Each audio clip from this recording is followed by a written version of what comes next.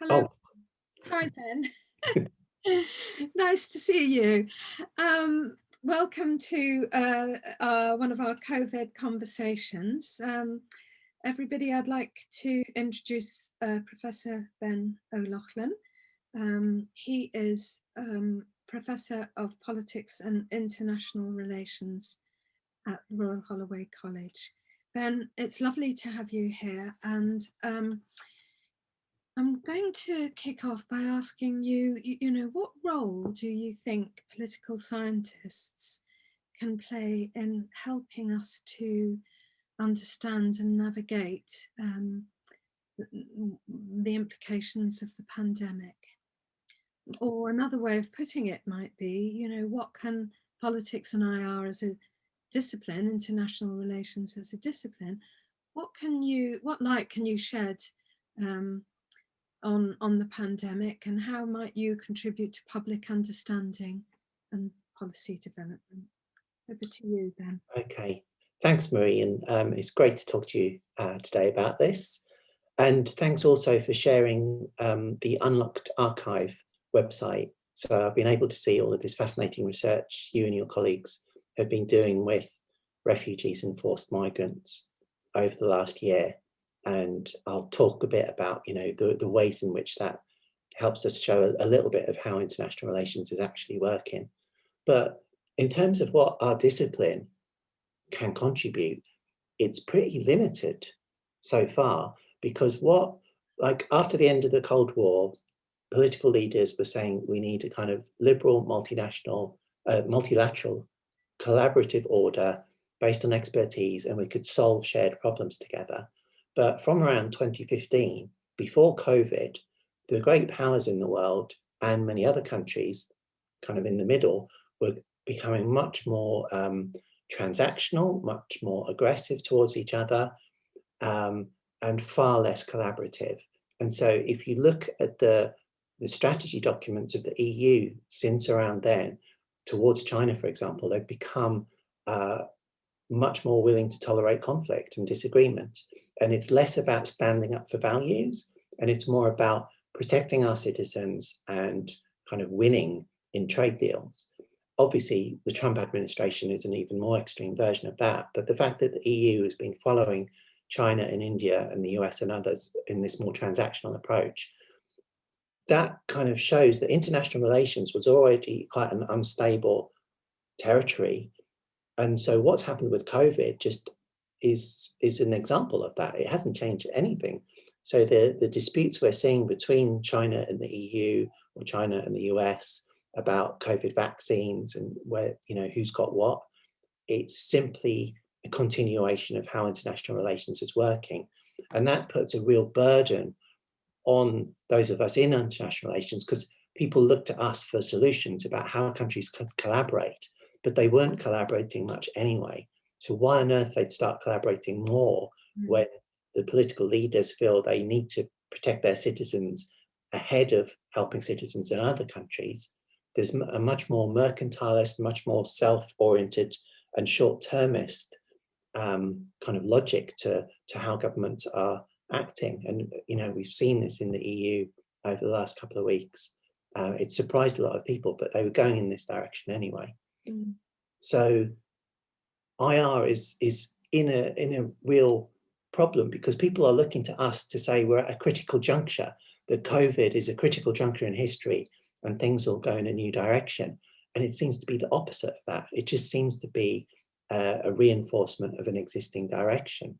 So that's pretty pessimistic for those of us in this field, because seeing how publics have been willing to fall back on quite self-interested and hostile ways of approaching each other has been really gloomy.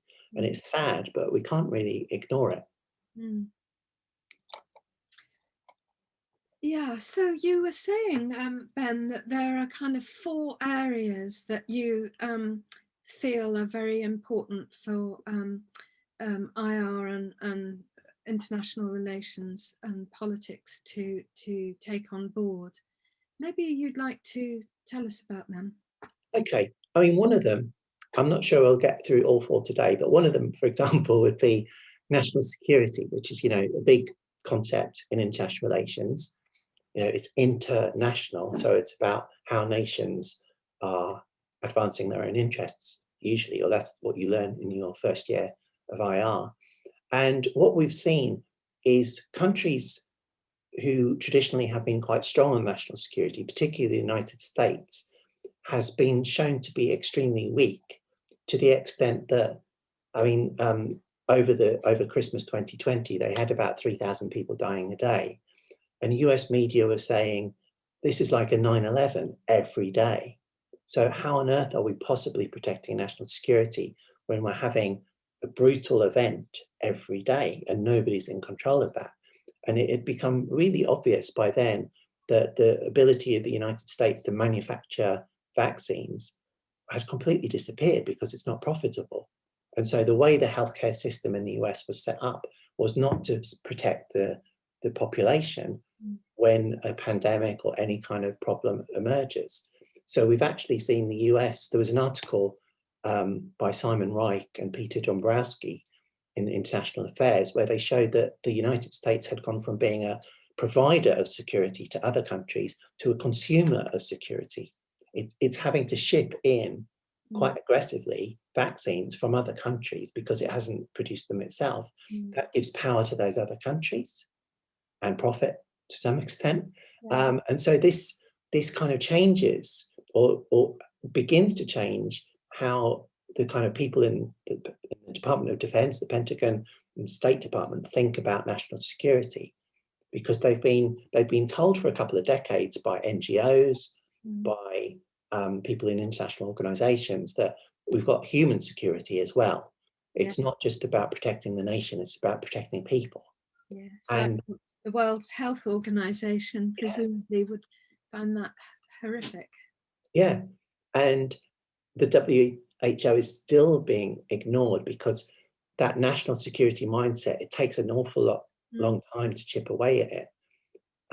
So we're seeing, like, Joe Biden has been a slightly more human security centric, but if you look at the people he's appointed, they are national security people. And so it would take another decade at least, to maybe another pandemic, to get them to change how they organize healthcare in a country like that. I think that's really interesting and important point, Ben. This cracking open of what we mean by national security, and this idea that no one's safe until we're all safe, and that kind of global consciousness, I think, that has emerged. We'll have to see where that goes. Another area that you thought was very interesting was the way in which politics and IR treat the concept of sacrifice and death, and the impact there that COVID has had on such thinking.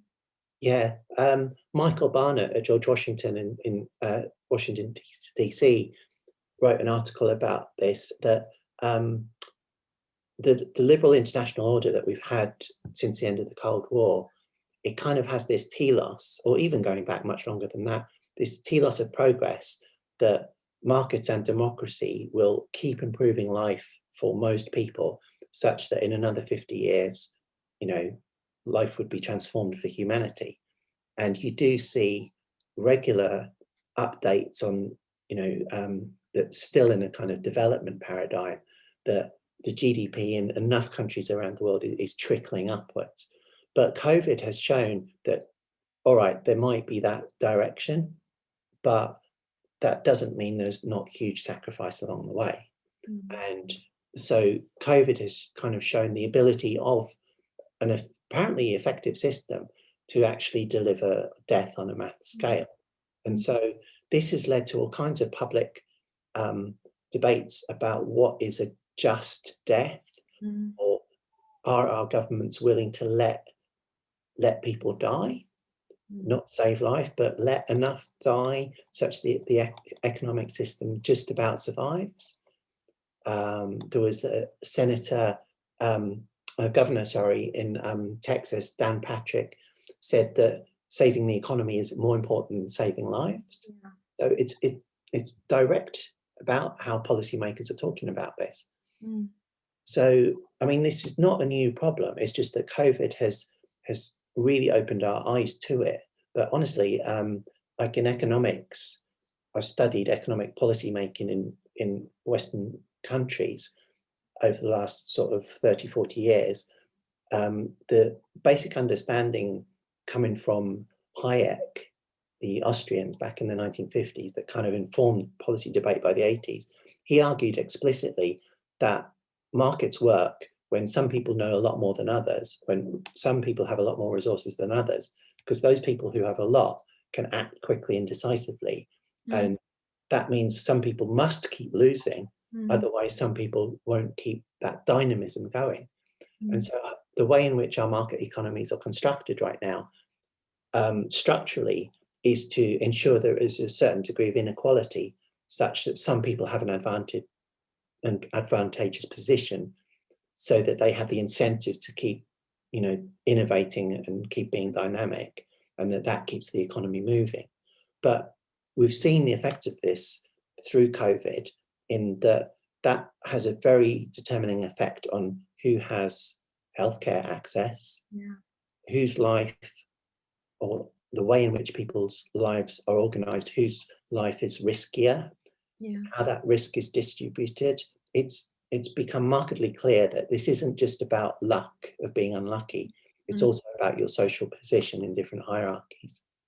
And so that's where this notion of sacrifice comes back in, because we're seeing those hierarchies more clearly now, and it's on the news every night, we can see, who's more likely to die. Then the question of the kind of moral component of who should die forces us to then look at how the economy and the society is structured. So that notion of sacrifice is really useful. And we see this in Unlocked Archives. There's one woman, she's a cleaner and she's a mother.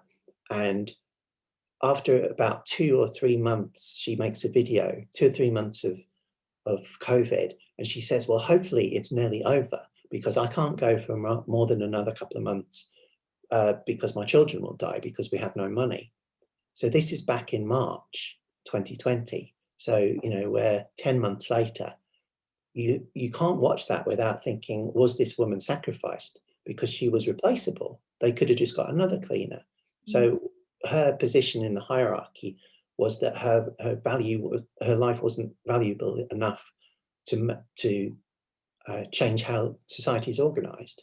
So there's various cases in Unlocked Archive where we see people's position in hierarchies, and we see who appears more expendable than others.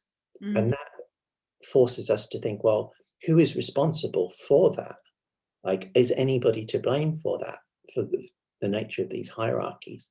So this big aberration that COVID seems to be, it's not changing things. It's rather forcing us to reflect on how things were anyway. And so your cases give us some critical instances there. Yes. And so do you think this will trigger some kind of rethinking about how better to reorganize the international order, how to tackle those inequalities that have become much more markedly visible in, as you say, in whose lives matter and who gets to live and who gets to die almost, and how poverty is one of the key determining factors of whether you get COVID or not. From what we've seen so far, no. I've seen very little evidence across international relations of people seeing this as a moment of change.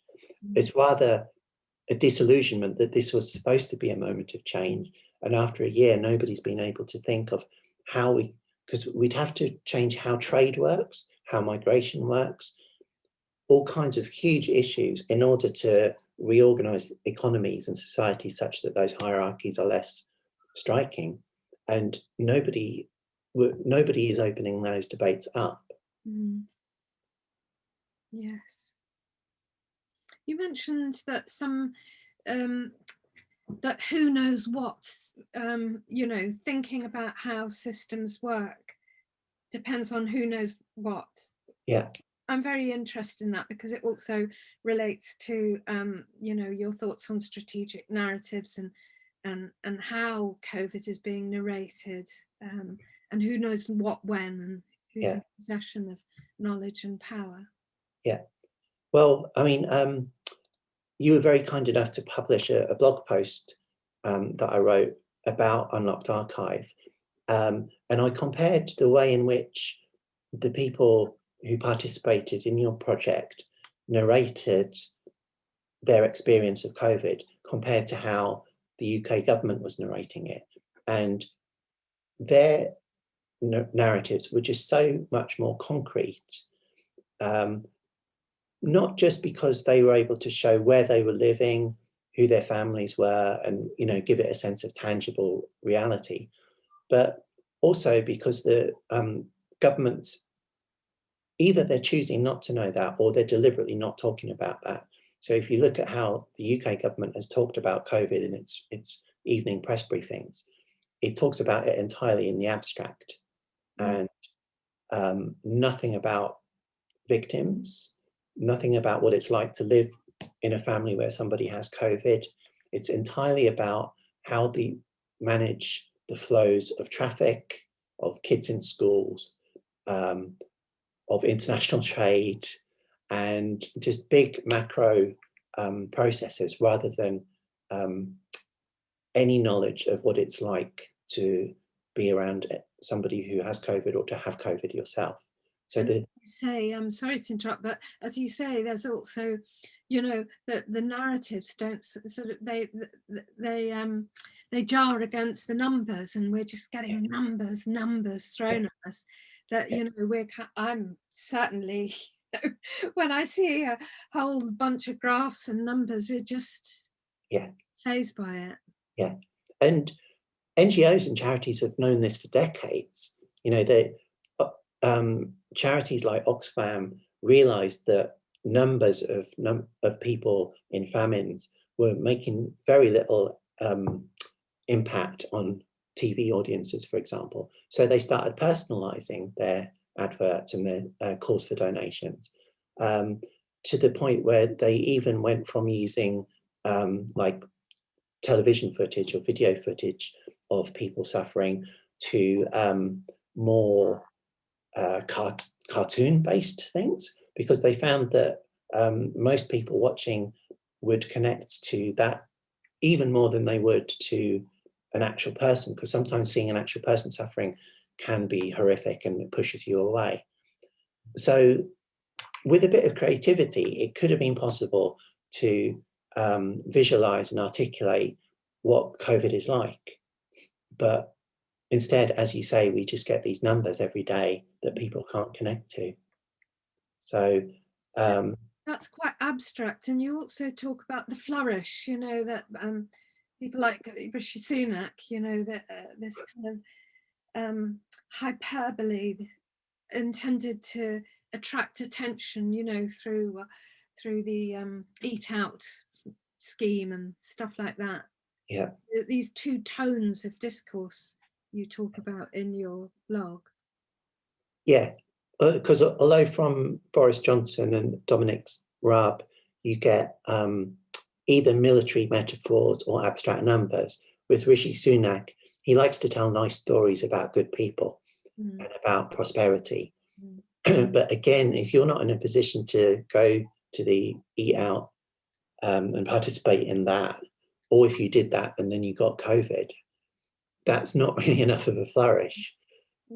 Plus, he's keeping it at an abstract level. He's not talking about any particular families or restaurants or anything like that. So again, he doesn't show any knowledge of how it is to live in a country with COVID. So what you're saying is, between the flourish and the abstraction, the political that is so common in the political discourse, particularly in the PM's briefings, there's a gap, and that gap is the concreteness of everyday life. Yeah. And that is where Unlocked Archives comes in, because you see that concreteness, that tangibility. You see what kind of knowledge people have to survive when they're moving across borders or within countries. You see what languages they need. You see how they find out information about healthcare or finding a doctor or finding a vaccine. And so that illuminates the concreteness of life, both in a country and internationally, because they are moving across countries. So I was quite surprised because refugees and migrants are not an area that I research, and I was expecting people in isolation or people living in camps sometimes to be so depressed that they might not be able to communicate. But what you've been able to do is, by giving people cameras or letting them write poems or whatever form of expression you're giving to them, they actually say far more than we are getting from the news or from the Prime Minister. There's a certain richness and context, and suddenly it becomes far more real. So it frustrates me that those kind of stories aren't really in mainstream media very much yet. You would imagine, because we know, like, the picture of somebody with AIDS or with cancer or with TB or whatever serious illness, these things are a part of our culture. We know what somebody might be going through, but with COVID, that's absent. And it's really curious. So even though the Prime Minister himself had COVID, he wouldn't talk about what it was like. Yes. It was, yeah. Well, Ben, thank you very much indeed. I think you've really given us a lot to think about in terms of national security, notions of sacrifice and death, and also how COVID is being narrated in political and policy discourse. And I thank you very, very much indeed for engaging so fully and wholeheartedly with Unlocked Archive, and for, I think it's very helpful to get your view on how our COVID Chronicles website too, this kind of effort of collaboratively chronicling COVID over time. Hopefully we can go on sharing our thoughts and ideas. Thank you, Ben. Okay, bye, Marie. Bye-bye.